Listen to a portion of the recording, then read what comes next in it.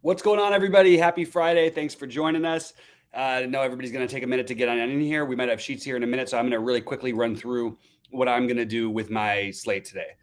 My main stacks on DK are Houston. I have some Chicago, some Dodgers, and then I'm using San Francisco to filter into a lot of spots. And I really like just the Miranda Buxton part of the Minnesota order. So I've got a lot of that. I've got a lot of Mitch Haniger one-off and a little bit of Seattle mini stacks as well. On FanDuel, it's going to be San Francisco and San Diego as my favorites. I do like San Diego on DK as well. I just found them easier to get in on FanDuel, and that's what I did. So with that, Sheets is in here, and let's go, Sheets. How's it going, man? I just got a couple of minutes. I just want to release transparency, just tell everybody what I'm doing tonight. I'm not going to be playing the Coors game. I'm going to be doing what I said in the early video. I'm going to be playing the Dodgers, the White Sox, the Mariners, and the Giants. We're on pretty similar pages, I think. Oh, cool. Yeah, so that's what I'm doing. I'm chalking out a little bit more at the pitching, though, as a result of that. So I am playing Scherzer, Kopech a bunch, and I'm also playing. I am also playing Clevenger, and I'm playing some Barrios. What I did not quite have it in me to get to would be the Kirby. That was the one guy that I mentioned as kind of a pivot. I didn't think I had to with the other stuff I was doing. The other team also I'm playing, I forgot, is San Diego also. Yeah. I'm also playing FanDuel, and it's the same teams. I'm really not. If I have any Arizona, it's kind of by accident. If I have any Colorado, it's kind of by accident. I forced in those teams I mentioned: the Dodgers, White Sox, Padres, and I didn't play Seattle on FanDuel, but on DraftKings I did. I like it. The only thing different that we don't have is I have Houston, and I don't mind using the filling in pieces from that Colorado game, Montero. I just think there's no reason to try and worry about chalk on this slate. It's just whether you like the teams. I don't think there's anything to worry about. Maybe if you just played guys from that game, maybe you'd be a little bit. I do have a couple of full game stacks there, but I'm playing Molly and Barrios as my pitchers in those lineups. So I'm not Molly, that's the. You know what? I'm glad you reminded me, because that is definitely something I have to consider. That's a later game, right? Yeah, it's at. Let me just see real quick.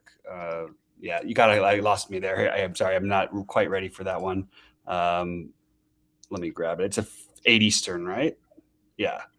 No, it's at Angels. So it's at the Angels. My bad. Yeah, it's sorry. It's so it's not till 9:30. Okay, that's definitely something I might consider. Yeah, I just think that it's really important on slates like this to not worry too much about whether you have some chalky pieces. Like, I don't think it's the right strategy in general to just fade a game because you think it'll be 15. You'll have a guy who's 15% owned. Especially because the rest of your lineup is going to even that out. But at the same time, I think on this kind of a slate, they don't really stand out as being the best options that game. You know what I mean? That's a good enough reason to fade it for me. You have two bad offenses and two pitchers that tend to kind of get by. So I'm okay with it. You also have a little wind blowing in. I think Houston is just as good, maybe better than those guys are. The thing that's going to drive me crazy with Houston, and I'm already going to say it out in the universe now, and it's going to kill me. I know it. I'm not going to play Alex Bregman, and I know if Alex Bregman, goes nuts because I'm using third base for my value or for I love Miranda and I love Montero today, so I'm going, and I like the Dodgers, like Turner, Muncy, all that stuff. So if Bregman hits a home run tonight and he does 2 home runs for Houston, the guys who I mentioned that I'm fading on the shows, they keep going nuts. So it's not that I don't like Alex Bregman. It's just I'd rather spend it for Alvarez and Altuve personally. I'm getting like 10. You mentioned Miranda. I'm getting like some double digit ownership in not ownership, exposure to the Twins a little bit. So yeah, so that's what I have Miranda, Buxton, and then you can use Sandy Leon, assuming that he's in the lineup as a minimum cost catching option if you want to just sort of fill out like a little mini stack, which I've done a bunch of. It was in my original build for those of you who have the premium. So I like that. I think that's what I'm going to do anyway. This is it's a really good slate where you really don't have to worry crazily about a lot of things. Some other value pieces that I'm using, like Yu Chang, he's at 2 home runs in the last 3 games, and he's 2K still. I don't mind using him at minimum cost. I do have some White Sox stacks, as I mentioned, and I even have Grandal in some of them, which is really weird for me against a lefty. But I'm betting against the Detroit bullpen and that they can do enough without the Grandal having to hit a home run first, which is a lot to ask for considering he's hit 300 at bats this year. But he also fits in that mid-tier price wise, but it's not the most fun thing in the world. But I really like the Miranda, Buxton, Haniger. Like those 3 guys are in a ton of my lineups with 5-man stacks or 4-man stacks and one other piece of that. I really do like those three bats, especially. With that said, I would love to go to chat and address Eric's question. I think there's no such thing as a revenge thing for a hitter. So Sheets, we can agree on this, right? Nothing. It's a crazy. The Soto going back to Washington, you mean? Yeah, but Soto, it's a great play. It doesn't have anything to do with the fact that it's revenge. Yeah. The other thing you mentioned Miranda. I also want to just throw out another kind of a one-off that I imagine is going to get owned. You have a Christian Arroyo hitting 7th at flat 2K. I have a decent amount of him actually. A couple of lineups with a couple of Red Sox in it. He just seems to fit. Other second baseman I have, as long as I'm looking at second base. I would say, personally, I'm just going to say I think Yu Chang is a better play than Arroyo, but I think they're both fine. Chang? What? Chang, the guy from. Yeah, he's hot right now. He's also 2K. He's got this platoon advantage, and he's batting 5th. That you know what? Maybe I'll do that. Maybe I'll spread the exposure a little bit. Just a little bit. I just think there's a little more power upside. There, even though he hasn't done it as much in the majors, I think he's got more of a powerful bat than Arroyo. So I like it a little bit. Again, I think Arroyo's totally fine too, and I'm going to do the same thing. I'll throw Arroyo and I'll spread it out a little bit. Dodgers as a main stack. I'm totally with you, Eric, on that as a play to get to that question. Dodgers and Padres on FanDuel. I think that's a good idea. I do worry about the Dodgers tonight, just for what it's worth. They've had just so much trouble with these guys like Lynch, outside of a few spots in their lineup, and it's not the best lineup that they released, but they did include Muncy in it, which is always a good thing, even though it sounds weird to say for a guy who's hitting 180. But he walks so much and he keeps the lineup moving, and he's a bat you can use for power too. So a little better than what I initially thought it was. But Alberto and Trace Thompson are not exactly offensive major league players. The good thing about Alberto, unlikely to get pinch hit for unless the game is really close, because he is the guy you would bring in as a defensive substitution later in the game. So at least you have that. Sandoval's for the Angels is fine. I just don't see any reason to use him. I would much rather use. I am much lower on Kopech. I'm way higher on Clevenger, and I'm higher on. I actually think Barrios is the same as Kopech. Maybe I think he's actually a better tournament play when you factor in ownership. So I'm going to be playing a little bit of Barrios. JD Davis is probably going to be good. JD Davis, I didn't consider. And why didn't I consider him? Let's see why I didn't. He's 2,200 in that San Francisco game at third base. Is he playing? If he can, I mean, I'd be shocked if he's playing. Oh, really? He never starts against righties. Okay. I don't think he has this whole season. And not only that, he gets pinch hit for. He's been pinch hit for after his first at bat when I've played him like 6 times this year. Oh, is that right? So he doesn't get an at bat against a righty. Okay, I gotta think about that. That's the only thing that worries. I mean, again, some of that was with the Mets, but they pinch it even more over in. Hang on, I have to. So if JD Davis is in the lineup, I think he's a great play. Just for what it's worth, it's just because he's 2,200 and he's in a game I like. But I can't imagine why they would play him all of a sudden. It would be very unlike the Giants to do that, but maybe they will. And if they do, he might be batting 3rd. That's the craziest part. Right. He also might be batting 9th. Sheet said he was fading Coors. He just announced all of his guys, Eric. So yeah, I don't know what else I can do. Yeah. All right. As Rody says, let's get it. Please like and subscribe, all that stuff. What's the the Breg's hateful water feels great. I love it. I love it, Goldie. Yeah, I just think that Bregman has somehow become like kind of like I don't know whether his price stays where it is because they're betting on what he did like 2 years ago and 3 years ago and 4 years ago when they were all cheating. But I don't know why he's always priced like he is. Always scares me to fade him because I think he's a talented guy and he's batting in the middle of an order of a lineup that I love. But he is, I mean, his output is just simply not nearly where it should be for a guy who costs as much as he does in general. So yeah, I mean, sure, Soto, that could happen. I don't think that's likely that he's going to get walked 4 times. She didn't say he likes the Twins so much. He just said that he has a little bit. I have like 10% of them. Yeah, that's not so much. No. What did you say about Alberto? His pinch hit risk? I think his pinch hit risk is the lower in these kind of games when he plays, because if they do have a lead later in the game, he's more likely to stay in for defensive purposes. So just in general, he's a guy you might, who's maybe a little less. He still could get pinch hit for. Don't get me wrong. It depends on the score of the game. But if it's 7-0, he's probably staying in the game in the 6th inning or 7th inning. You know what I mean?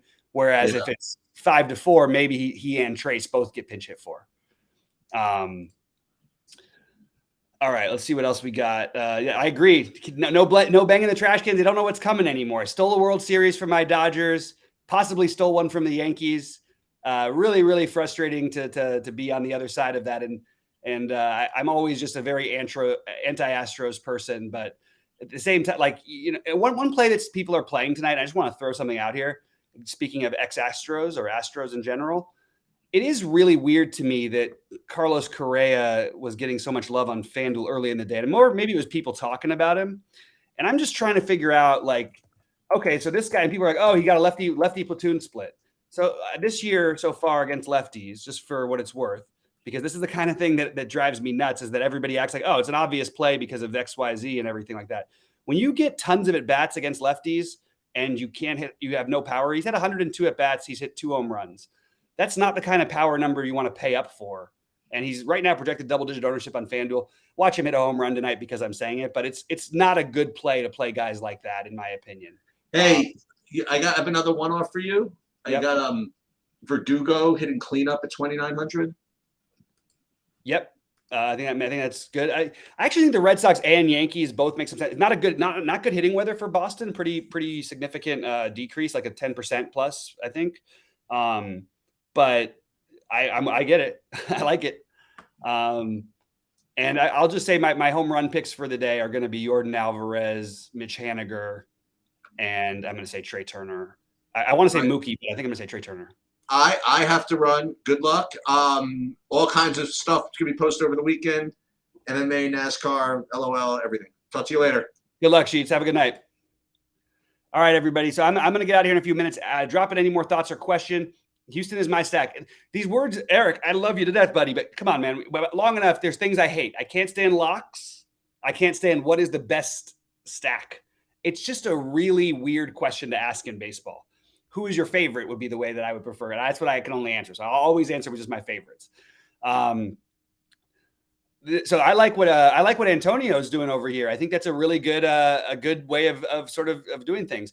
And I'm not getting to Montgomery, but I'm for it. I'm for Montgomery, or you could tell me Montgomery or Sandoval. And I think that they're the 2 guys who I don't have that I think are really, really solid potential options. But I didn't find the need to get there as much. And like I said, I'm using some Barrios, Smalley, Rodon, Clevenger.